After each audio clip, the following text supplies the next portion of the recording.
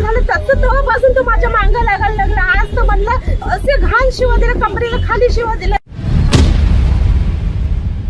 वर्ध्याच्या उड्डाणपुलावर येऊन या महिलेनं आत्महत्येचा प्रयत्न केला. कारण होता तिचा पुतण्या. नेमकं घडलं काय ऐकूया. मी 1 वर्ष झाल्याच्या नंतर मी इकडे आले.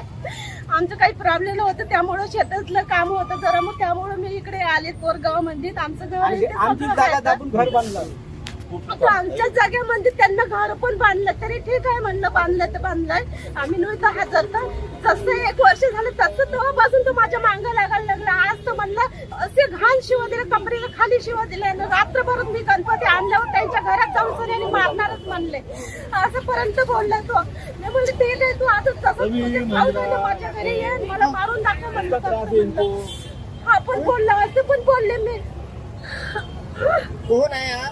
माझे पुतण्या, पण माझं कोणी लागत नाही, तो शेजारचा आहे माझ्या.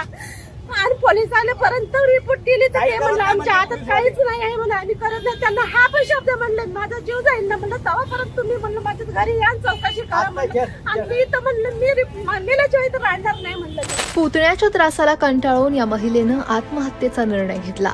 ती थेट वर्ध्यातल्या नव्यानं उभारलेल्या रेल्वे उड्डाणपुलावर पोहोचली.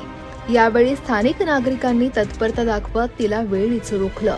नागरिकांच्या जागरूकतेमुळे हा मोठा अनर्थ टळला असून ही महिला आता सुरक्षित आहे. उपस्थितांनी महिलेला धीर देत पोलिसांना सूचना दिली आणि नागरिकांनी या महिलेला पोलिसांच्या ताब्यातही दिलं. सध्या पोलीस या महिलेची विचार